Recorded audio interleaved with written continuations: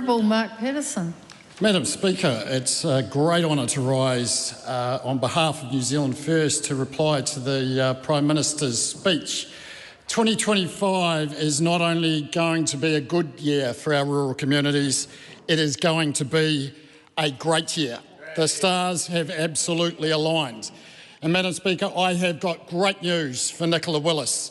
The cavalry is coming, and as usual, they're coming over the hill wearing red bands. This is going to be a massive year for the regional economies of New Zealand. The big growth engine, our primary sector, is really starting to crank, and that is fantastic news for our rural communities. Dairy prices are looking like they're going to be at record levels. The kiwi fruit and horse sector is absolutely booming. It's on a tear. Beef prices are at record levels. Lamb and mutton prices are $2 a kilo higher than they were at this time last year. Economists are seriously underestimating the magnitude of this upswing and the confidence that is coming from it. So Nicola Willis, you can start to sleep at night.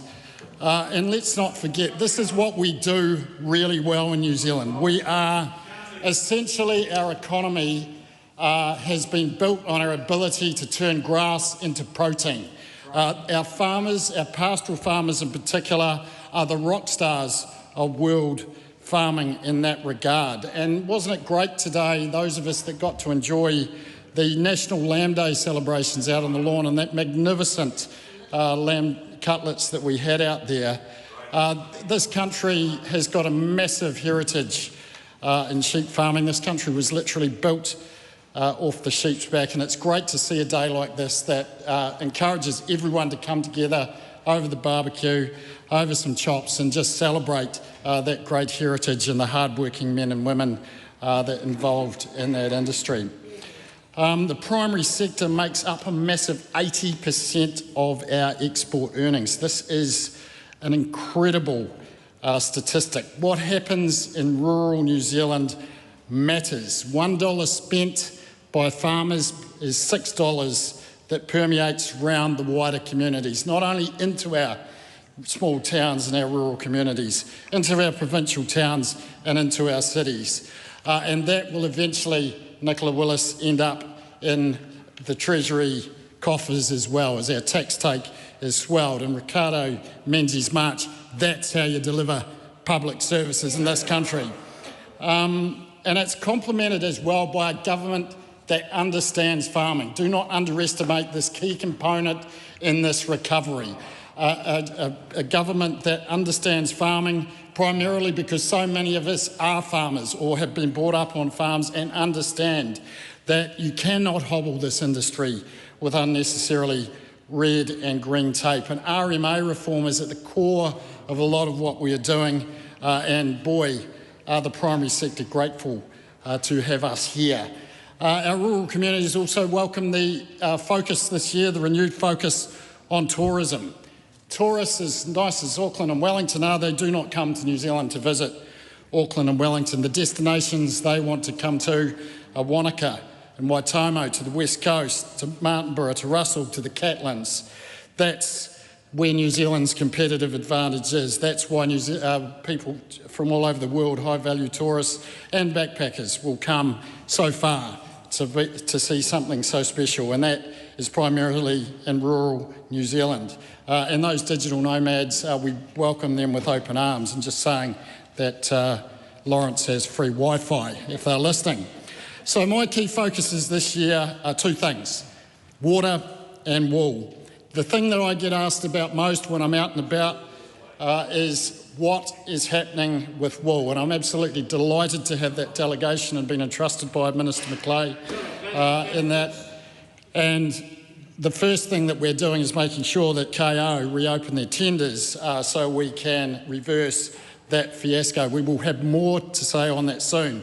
To quote Chris Bishop, we will be the most pro-wool government there has ever been. More good news, the price of premium strong white wool has nearly doubled since its nadir in December 22. There is a long way to go, but we are determined to do our bit to contribute to doubling New Zealand's export. An export that once was, the backbone of the New Zealand economy, still about $500 million. We want that figure to be in the billions. There is a big swing back to natural fibres. Wool is biodegradable, it is flame retardant, it is, by some measure, carbon negative, it is anti-allergenic. There is no microplastics or those toxic PFAS or PFAS that are becoming of increasing concern. But this is not only about carpets and insulation, there is an incredible amount of innovation going on. There is filtration with New Zealand wool in the space station. NASA is using it in medicinal and bandaging, in acoustics, and the holy grail, which is the pigments and particles, breaking it down into its component part.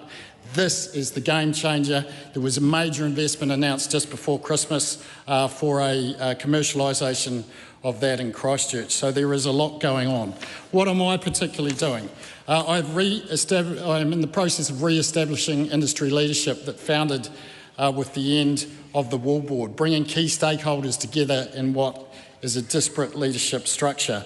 Pathways to market.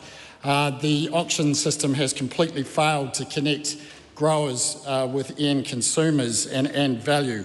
I am challenging those supply chain participants as strongly as I can to change that game, to reimagine how we take New Zealand strong wool to the world. But we are on a burning platform and there is no time to waste. We are establishing, one of my big aims is to re-establish a New Zealand manufacturing base that has been decimated, to fully capture the value for New Zealand, for jobs in regional communities and for growth. And in the woven and the spun sector, there is capital becoming available. We remain available through the Regional Infrastructure Fund and the SFFF Fund to stand by the industry side if projects that fit those criteria come forward. I'm cajoling them as fast as I can to bring those forward. And New Zealand First, that talks about the Regional Infrastructure Fund, that $1.2 billion fund that we fought so hard within coalition negotiations to get. And that's where the water storage comes in. Kānua is sitting on 17 water storage projects on their book at the moment. We are out there preaching the gospel of growth. We've been out in regional growth summits right around the country. We haven't had to wait for the Prime Minister's speech. We've been out there doing it, and water is going to be a key focus of that. And for me, it is a major opportunity for New Zealand. It offers diversification into higher value and higher production, into horticulture mainly, and resilience from climate change, or wild weather, as Shane might call it, or volatile weather. But we have no shortage of water in New Zealand. We just do not have water at the right place at the right time. We can do something about it. We are going to be doing something about it. Tuki Tuki was the first cab off the rank, and we look forward to many others to follow. We also totally on board with the growth train with our colleagues over here at National, getting that back on track. And we have been a key driver within this coalition. Fast Track was our initiative that we took onto coalition negotiation, those 149 projects, plus the tsunami that are coming in now that it's been opened up to wider entry. Aquaculture permits, extending those out to 2050, giving that industry so much certainty and the ability to attract major investment into our regional economies. And it's the Maori economy that stands to benefit most, I might point out, through that. We are the champions of mining. We are facing the reality that we do need these key minerals, that we are rich in these resources, and it is time that we took a different view to this. There's no point impoverishing ourselves to send mining and feeling good about taking minerals from the Congo in far worse environmental and labour conditions. We have got those minerals here, we will utilise them, and that is a major opportunity for this country. And of course the Regional Infrastructure Fund with the potential that it shows for New Zealand. So we did inherit an economy a mess. We had a primary sector under a tsunami of regulation and punch drunk. We're here to sort out the mess, and 2025 will be the year that we start to see that delivered. Thank you.